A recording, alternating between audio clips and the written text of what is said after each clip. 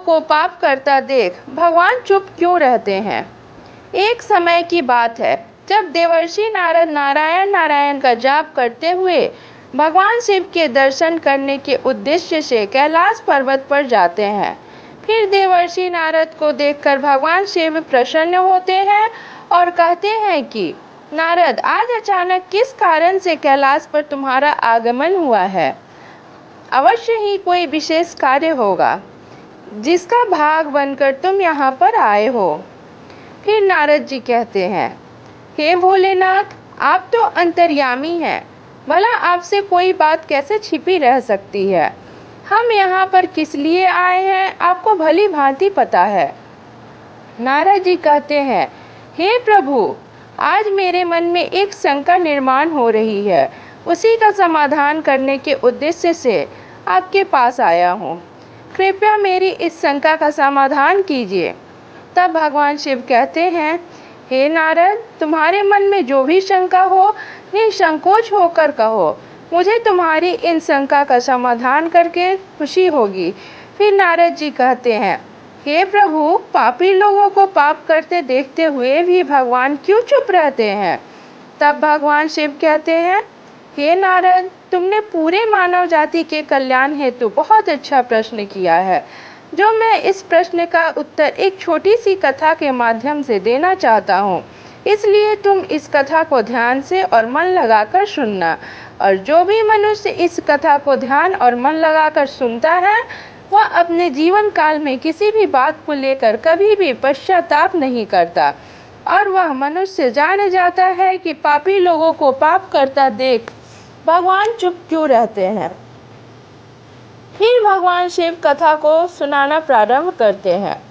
भगवान शिव कहते हैं, प्राचीन समय की बात है, एक जंगल में एक मोरनी और मोर का जोड़ा रहा करते थे। वह दोनों पति पत्नी एक दूसरे से बड़ा प्रेम करते थे, एक दूसरे का बड़ा आदर सम्मान करते थे और उनका जीवन बड़े सुख और आराम से कट रहा था। उनके जीवन में किसी भी प्रकार का कोई दुख नहीं था। फिर एक दिन की बात है, मोरनी अपने पति मोर से कहती है, हे पिया जी, भगवान की जिंदगी कितनी सुखी है, कितना आराम भरा है। सिर्फ इस दुनिया को चलाना होता है और बैठे बैठे वह पूरी दुनिया को चलाते हैं। उन्हें कोई मेहनत का काम नहीं करना पड़ता और उन्हें भक्त अच्छे अच्छे भोग भी लगाते हैं और उन्हें अच्छे अच्छे पकवान खाने को भी मिलते हैं। दूसरी ओर हमारा जीवन कितना कठिन है। हम रोज अपना दाना पानी लोगों से छुप छुप कर जंगल में ढूंढना पड़ता है। प्रिय श्रोताओं, इस मोर पर कहता है, हे प्रिय, ऐसा नहीं है। भगवान का काम बहुत कठिन है। भगवान को यह पूरी सृष्टि चलाने के लिए बड़ी मेहनत करनी पड़ती है। मैं तुम्हें एक कथा के माध्यम से समझाता हूँ, तब तुम्हें मेरी बात समझ आएगी। मोर मोरनी से कहता है, एक गांव की बात है। उस गांव में भगवान शिव का एक बहुत ही सुंदर मंदिर बना हुआ था और उस मंदिर के बगल में ही एक छोटा सा भगवान भोलेनाथ का शिवलिंग भी था। उस मंदिर की देखभाल के लिए उसी गांव का एक भोला नाम का व्यक्ति सेवा में लगा हुआ था, जो सुबह शाम मंदिर की सफाई करता था और दोनों समय स्नान ध्यान करने के बाद भगवान की पूजा अर्चना करता था। वह आदमी बहुत ही निर्धन और दुखी था। मंदिर पर आने वाले श्रद्धालुओं द्वारा उसे जो कुछ दान दक्षिणा दे दी जाती थी, वह उसी से अपने परिवार का गुजारा करता था। मंदिर परिसर में काम करते करते वह अपनी जिंदगी से जुड़ी निजी शिकायत भगवान की प्रतिमा के सामने खड़ा होकर करता रहता था। कभी घर की बातें, कभी परिवार की बातें, तो कभी दुनियादारी की बातें करता था। फिर आगे मोर मोरनी से कहता है, एक दिन की बात है, वह भगवान भोलेनाथ के शिवलिंग की प्रतिमा के समक्ष खड़ा होकर दोनों हाथ जोड़कर कुछ शिकायतें भगवान से कह रहा था और कह रहा था, हे भगवान, आपकी जिंदगी कितनी आरामदायक है। आप तो बस मंदिर में एक जगह आराम से बैठे रहते हैं और लोगों की प्रार्थनाएं सुनते रहते हैं, और कोई तुम्हें लड्डुओं का भोग लगा जाता है तो कोई प्रसाद चढ़ा जाता है। तरह तरह के मिष्ठान और पकवान भी आपको यहीं बैठे बैठे खाने को मिलते रहते हैं। तुम्हारा जीवन कितना आसान है और मेरी जिंदगी कितनी कठिन है, और मेरी छोटी सी जिंदगी है, उसमें हजारों तरह के दुख भरे पड़े हैं और हजारों तरह की परेशानियां आप देख लिए हैं। दिन भर कड़ी मेहनत करता हूँ, तब कहीं 2 समय का खाना मैं अपने परिवार के लिए जुटा पाता हूँ।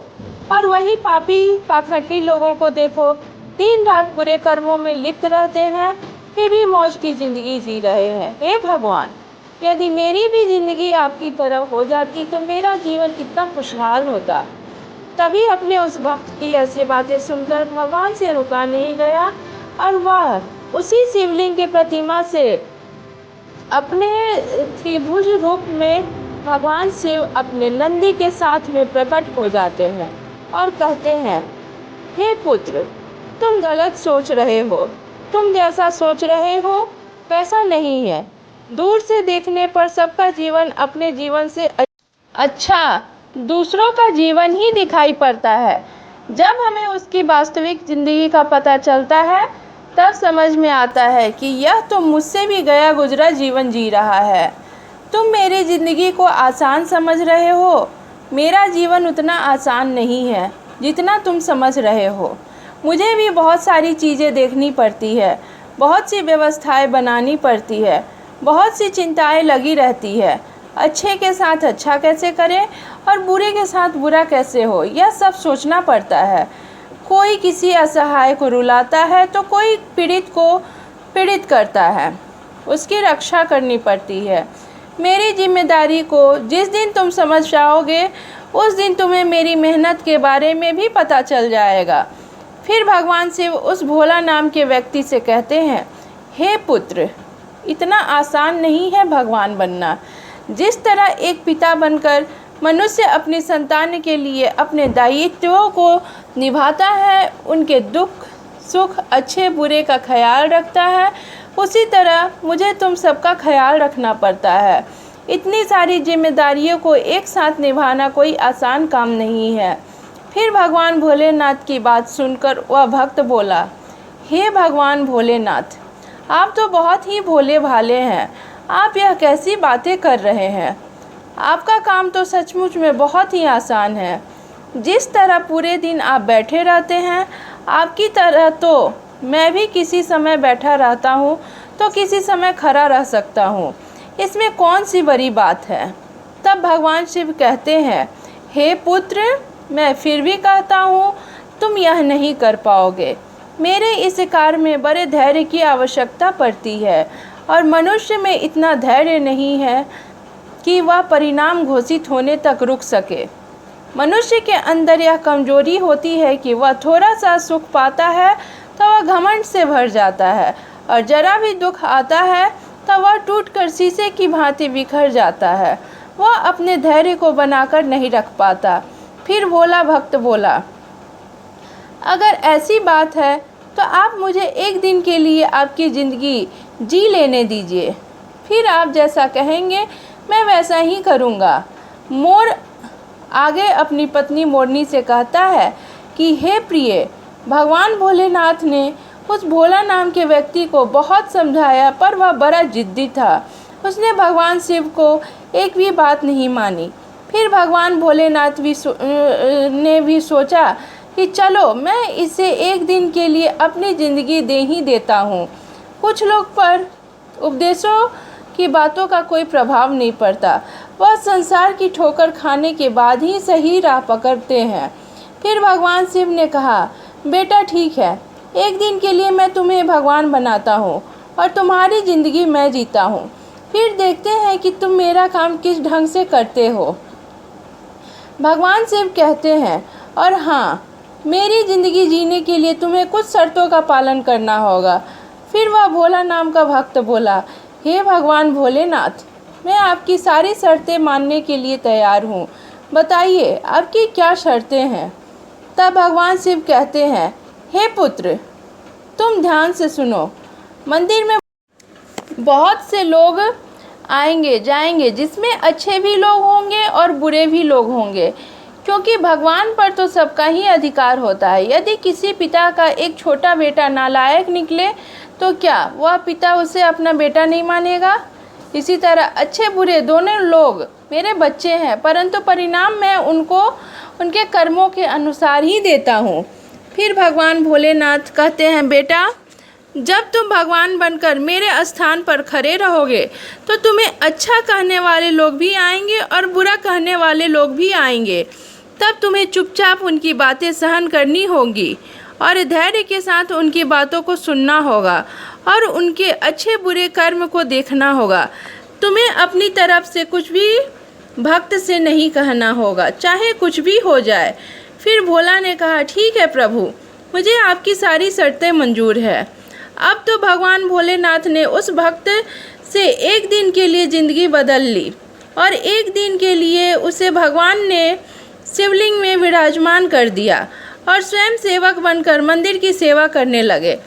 फिर जब कुछ समय बीता तो क्या होता है कि उसी नगर का एक धनी सेठ उस मंदिर में माथा टेकने आता है और वह भगवान के आगे हाथ जोड़कर प्रार्थना करता है, हे भगवान, मैंने अरबों रुपए लगाकर एक बहुत बड़े कारखाने का निर्माण कराया है।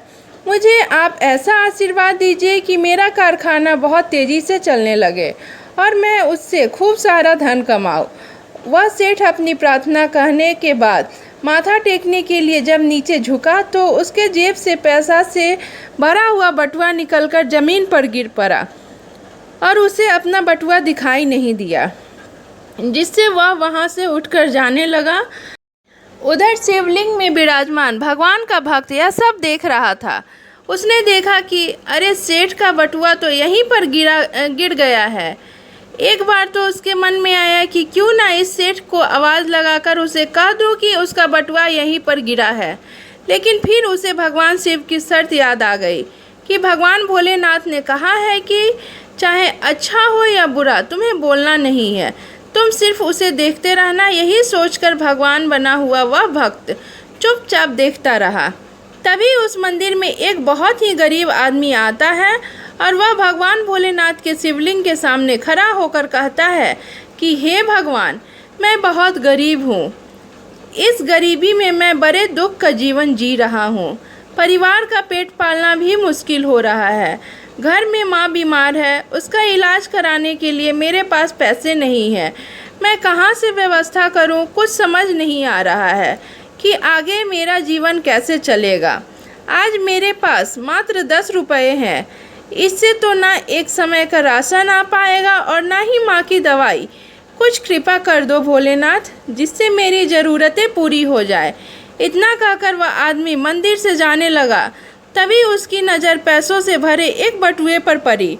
उसने तुरंत बटुआ उठा लिया और उसमें बहुत सारे पैसे देखकर वह मन ही मन खुश होने लगा और भगवान को धन्यवाद देने लगा, हे भगवान भोलेनाथ, आप वास्तव में बड़े महान हो। आपने मेरी प्रार्थना इतनी जल्दी सुन ली। इन पैसों से अब मैं अपने परिवार के लिए राशन की व्यवस्था करूंगा और अपनी माँ का इलाज कराऊंगा। फिर उधर भगवान बनकर शिवलिंग में विराजमान भक्त सोचने लगा, अरे, यह बटुआ तो उस अमीर सेठ का है और यह गरीब आदमी इसे उठाकर ले जा रहा है। एक बार तो उसके मन में आया कि आवाज़ देकर इसे बता दूं कि यह बटुआ उसका नहीं बल्कि एक सेठ का है, जो वह उसे ले जा रहा है। लेकिन तुरंत ही उसे भगवान भोलेनाथ की वह शर्त याद आ गई, इसलिए वह चुपचाप मौन बनकर शिवलिंग की प्रतिमा में विराजमान था। अब गरीब आदमी के जाने के कुछ देर बाद मंदिर में एक व्यक्ति और आता है और वह तीसरा व्यक्ति एक सैनिक था, जो अगले ही दिन अपने राजा के साथ युद्ध पर जा रहा था। वह मंदिर में भगवान से प्रार्थना करने आया था कि उसकी यात्रा सुरक्षित रहे और वह युद्ध के बाद सुकुशल अपने घर लौट आए। वह सैनिक प्रार्थना कर ही रहा था कि इतने में वही व्यापारी अपने कुछ लोगों के साथ मंदिर में दाखिल होता है, जिसका पैसों से भरा हुआ बटुआ मंदिर में गिरा हुआ था। अब सेठ के कहने पर सेठ के लोग ने उस सैनिक को पकड़ लिया और उसे पकड़कर ले जाने लगे। यह बात भगवान बने हुए उस भक्त को बिल्कुल भी सही नहीं लगा, क्योंकि वह सैनिक तो बिल्कुल निर्दोष था। बटुआ तो वह गरीब आदमी लेकर।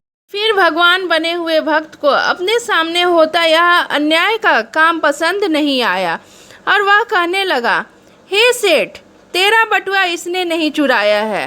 तेरा बटुआ तो इससे पहले मंदिर में एक गरीब आदमी आया था, वह लेकर गया। मैं भगवान हूँ और मैंने सब कुछ देखा है। अब भला सेठ और सेठ के लोग भगवान की बात क्यों नहीं मानते? उन्होंने तुरंत सैनिक को छोड़ दिया और उस गरीब आदमी को पकड़ लाए। उससे सेठ का बटुआ भी छीन लिया और वह बेचारा बड़ा निराश हुआ। उधर जब एक दिन समय पूरा हुआ तो भगवान भोलेनाथ मंदिर में आए और उधर भगवान बने हुए उस भक्त ने पूरे दिन का घटनाक्रम भगवान भोलेनाथ को सुनाया और बड़े गर्व से कहा, हे भगवान, आज मैंने एक सैनिक के साथ हो रहे अन्याय को होने से रोक लिया। आपने देखा, एक दिन भगवान बनकर मैंने कितना महत्वपूर्ण कार्य किया है। तब भगवान शिव भक्त की बात सुनते हैं और कहने लगे, बेटा, तुमने न्याय नहीं अन्याय किया है। तुमने उस गरीब आदमी को पकड़वाकर उसके परिवार के मुंह से भोजन का निवाला छीन लिया है। उसकी बीमार माँ का इलाज होने से रोका है। यह तुमने बहुत बड़ा अन्याय किया है। वह सेठ बड़ा अधर्मी था। उसने पाप करके करोड़ों रुपए की दौलत जोड़ी है। गरीबों का पेट काटकर उसने उन पैसों को जमा किया है। यदि उसका बटुआ छूट गया था तो क्या हुआ? कम से कम किसी गरीब का कुछ भला हो जाता और उस सेठ के कुछ पाप भी कम हो जाते। तुमने उस सैनिक को बचाकर भी बहुत बड़ा अन्याय किया है। वह सैनिक अपने राजा के साथ युद्ध में जाकर एक कमज़ोर देश का राज हड़पने वाला था।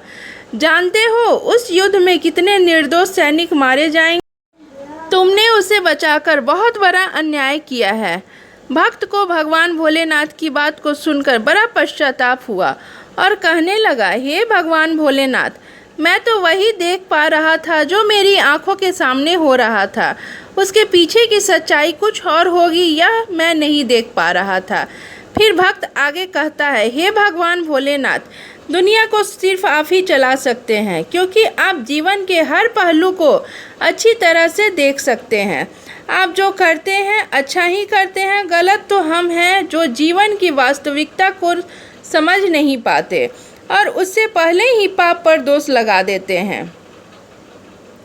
जब हमारे साथ कुछ गलत हो रहा होता है या हमारे हिसाब से कुछ नहीं होता है तो उस समय हम अपना धैर्य खोकर भगवान को दोषी मानने लगते हैं और उन्हें दोष देने लगते हैं। हम यह समझ नहीं पाते कि हमारे साथ हो रहे गलत कार्य में भी भगवान ही कोई ना कोई योजना छुपी होती है जो आगे चलकर हमारे लिए हितकर साबित हो सकती है। फिर वह भक्त भगवान भोलेनाथ से कहने लगा, हे भोलेनाथ, मनुष्य की समझदारी इसी में है कि हमें गंभीरतापूर्वक कार्य के आगे और पीछे के परिणाम को सोच लेना चाहिए।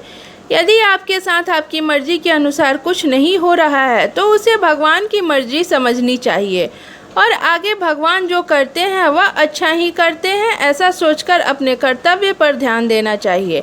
फिर उसके बाद भगवान शिव उस भक्त से कहते हैं, हे पुत्र, क्या अब तुम्हें पता चल गया कि भगवान बनना इतना आसान नहीं है? फिर आगे वह भक्त कहता है, हे भोलेनाथ, आप जितने भोले भाले हैं इतनी ही सरलता से लोगों के दुख को दूर कर देते हैं और उन्हें ज्ञान भी दे देते हैं। तो हे प्रभु, अब मैं सब समझ गया हूँ। कुछ भी बनना आसान है पर भगवान बनना इतना आसान नहीं है। उसके बाद भगवान भोलेनाथ उस भक्त को तथास्तु कहकर वहाँ से सीधा कैलाश पर्वत पर पुनः पहुँच जाते हैं। फिर भगवान शिव देवर्षि नारद से कहते हैं, वह मोर अपनी पत्नी से कहता है कि हे प्रिय, अब बात करते हैं उन दोनों कारणों की जिनकी वजह से भगवान पाप होते हुए देखकर भी चुप क्यों रहते हैं। पहला तो यह है कि भगवान तब तक आपकी मदद नहीं करेंगे जब तक आप दुनिया वालों पर निर्भर रहेंगे। जिस दिन आप खुद पर तथा भगवान पर निर्भर हो जाएंगे उस दिन आपकी मदद के लिए भगवान जरूर आएंगे। दूसरा कारण यह है कि भगवान मनुष्य के कर्म भी देखकर चलते हैं, कि किसको कहाँ पर किस कर्म का दंड मिलना चाहिए और किसको किस कर्म का फल मिलना चाहिए।